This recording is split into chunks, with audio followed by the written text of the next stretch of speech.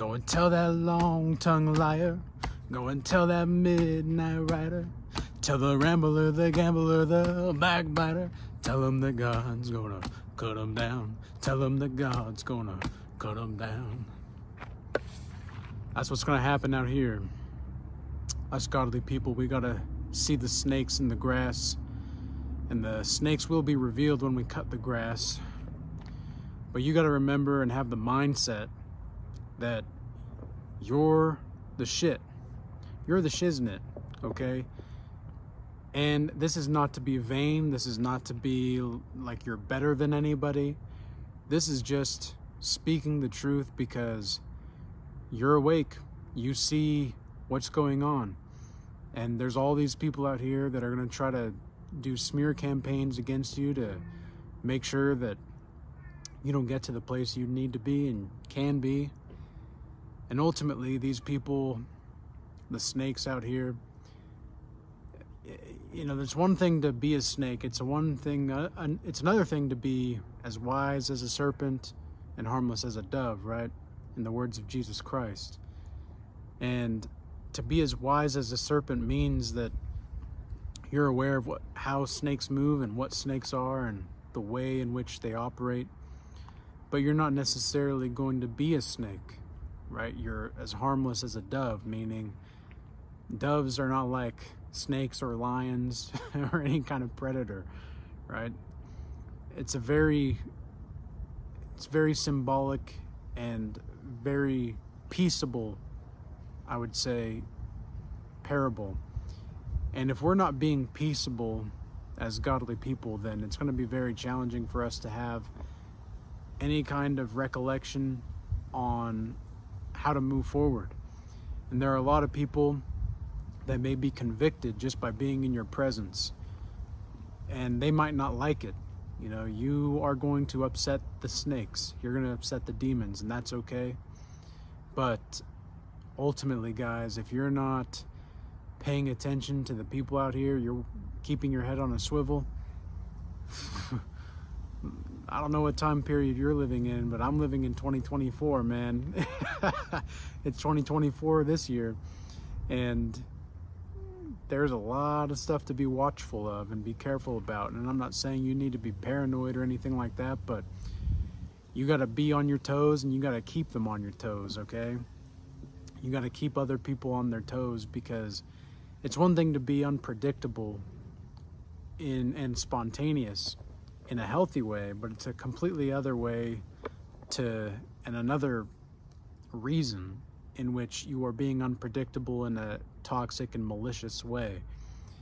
These snakes out here that want to see you fall, that want to see you tongue twisted and tongue tied, they want to see you not being able to speak your mind and be who you are.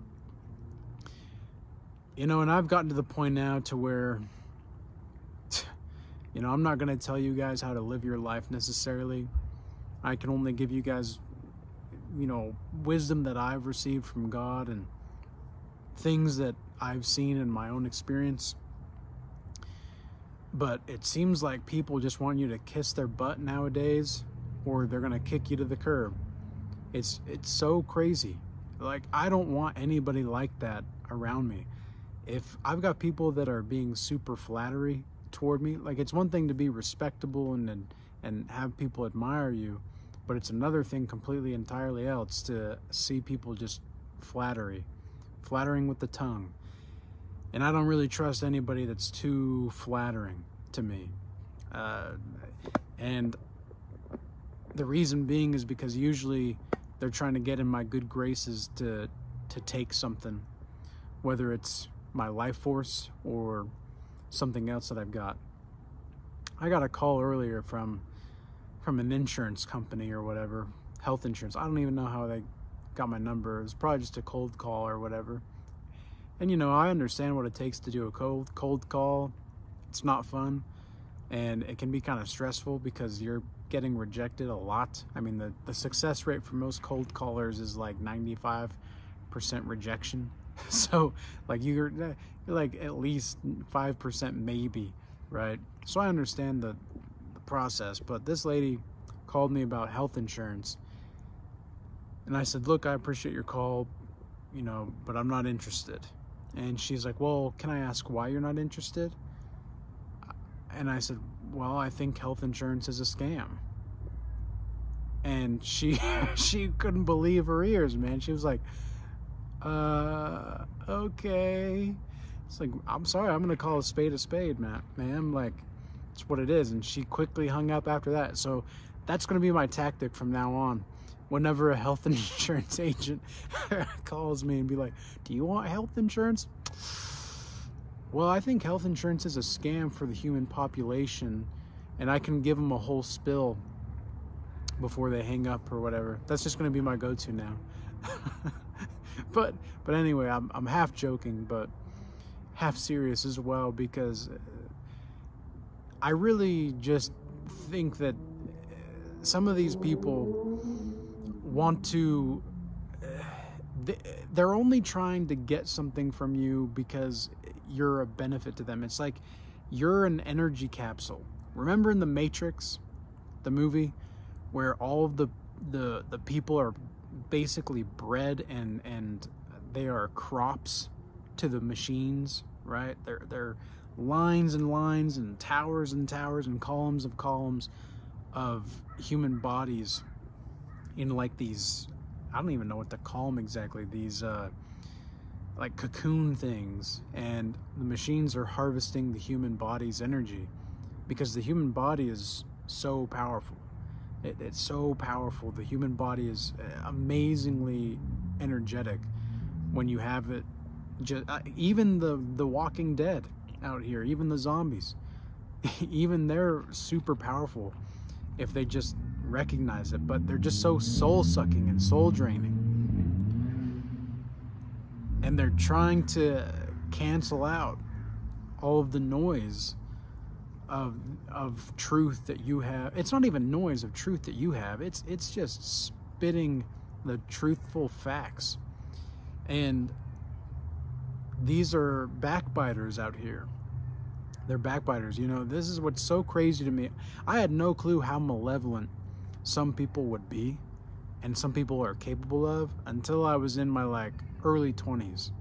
Okay, I knew that it was possible for people to be malevolent, and in fact for most of my life I was dealing with narcissists, and I didn't even know that I was dealing with narcissists. I didn't know that I was dealing with people that were highly traumatized individuals, and until I was older. But even then, I was thinking to myself, you know, there's gotta be a way to bring people together, right? There's gotta be a way. Even the toxic people, like, we've got to be able to bring people together. Here's the thing. Some people don't want to be brought together. Some people want to stay in the system. Some people want to stay apart. Like in The Matrix. I don't remember his name, but there was a guy that was unplugged from the Matrix and he didn't like it. He was like, nope, put me back in. So he made a deal with the agents in the Matrix, and very symbolic there. But he made a deal with the agents, and he's like, nope, I'm gonna go back in. If I give you, you know, these people on my team, I want to be high class. I want to be luxurious. I want everything here in the Matrix. And they're basically like, yeah, we'll give you whatever you want. Just give us these people that are trying to free themselves. I mean, how symbolic is that? Again, the Matrix movie is a very spiritual movie. Very spiritual movie, man. And these people out here, some of them are basically vessels for the agents. And we've got to be vessels for God, okay? And what that means, really, is having an abundance of love for God over everything else. We might say a lot of things to... We might have to say no to a lot of things, but guess what we can always say yes to? We can always say yes to God. We can always say yes to Him. And how cool is that? We never have to say no to God. Why? Because God wants what's best for us. And it's so weird to think about that now, considering where I was as an atheist so many years ago. If I heard somebody say that, I'd be like, well, how exactly do you know that God is going to be good enough and gracious enough to want what's best for you? And it's like, now my question is, well, why wouldn't he? Why wouldn't he want what's best for me? It's easy to answer for Satan. Why does Satan doesn't want what's best for me? Satan doesn't want what's best for me because he does not want to worship God, who he believes is a sadist, right? He believes God is a sadist that laughs at the misery of people. And you'll hear a lot of people in the world say, well, if God is real, why isn't he helping out the people starving here, or the people starving there, or, you know, the diseases and illnesses here? It's like, well, that's free will. And free will is not something that, like, there are certain gods, like, there are laws that cannot be overlapped, and there are laws that cannot be broken, spiritually speaking, okay? And one of those is free agency. And so part of being able to live in a free world, at least a world with free agency, not a free world necessarily. We're about basically to a brave new world at this point. But one of the coolest things about having free agency in this world is that it's almost like a double-edged sword in some sense, because at the same time of being the person that can choose good, you can also choose malevolence and evil and sin, right? And when you have the mindset of you're the man or you're the woman that you're, like, for women, you are the warm, compassionate, kind, considerate, empathetic women that we as men gravitate toward, because you're going to be motherly, you're going to be wifey, right? And then as men, we need to be the godlike savages that are capable of protecting and providing by any means necessary, right? We have to have the proper skills available to do what we need to do, right? So this is where Satan doesn't want you to be that, because you choosing good is basically an act of rebellion against Satan himself. And even if you do what's right and what's good in the eyes of God, it may not seem like it in the moment. It may not seem like it. I've done a lot over the past couple months where I've had to make certain choices.